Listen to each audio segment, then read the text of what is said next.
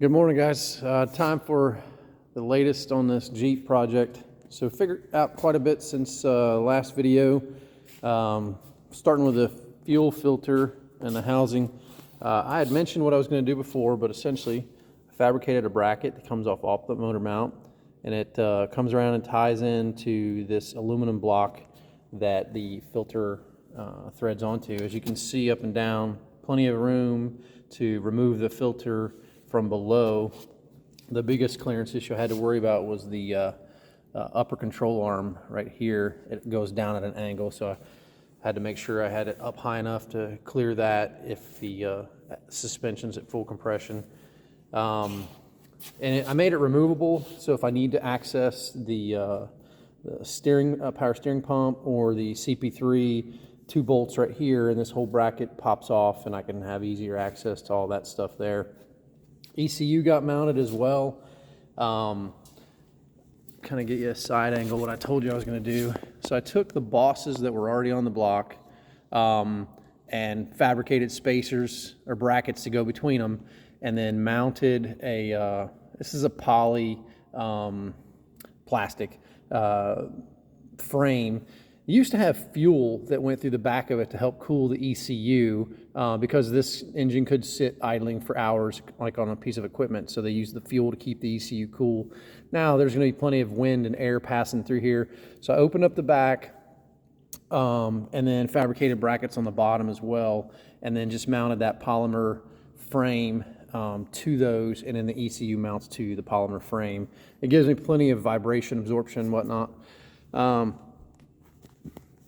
Got the water outlet laid out, got the AC compressor on and figured out, starters in and mounted, transmissions mounted, flex plates bolted on. So it, in theory, is almost about ready to fire up. I'm not going to do it just yet. I got a few other things I want to knock out first. Fabbed up the fuel line, so there's a return line, and then the supply line is down underneath it. I just bought nylon OE replacement fuel line to come in, so it comes back to the so the Jeep normally had just a supply system, so you just had one fuel line that came out of here, pressurized up to the engine, and then the engine consumed the fuel, or the rest of the pressure just deadheaded up there and was remaining. The Cummins doesn't work that way. It has a supply line, and then it has, once it reaches the pressure it wants, it has a bypass, and then it has a return line that comes back from the injectors and the fuel rail, and any excess fuel isn't deadheaded up there, it's returned back. So what I'm going to do there, instead of drilling into the tank, obviously it's not something I want to do, my return line, I'm just going to do kind of how a fast system or an air dog system does, is I'm going to take this hose, which is the return line, and once I connect the fuel filler neck, it'll come up here and connect to the side of the Jeep. I'll just tie into there at a downward angle, so the return fuel will basically go into the filler neck and then back down into the tank. Just kind of like I said, an air dog setup would do. Got the redhead steering box on and mounted, and then the new steering linkage. Let's see, Cummins ECM harness is all on and in place. I started attaching all the Jeep sensors that I'm going to need. Oil pressure sensor is right here. Coolant temperature sensors up here in the head. And then I'll have to modify a bunch of the wiring harness that plugs into the Jeep itself.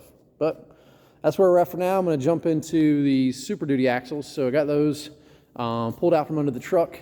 Now I need to start stripping them down to install that Artec truss kit that we want.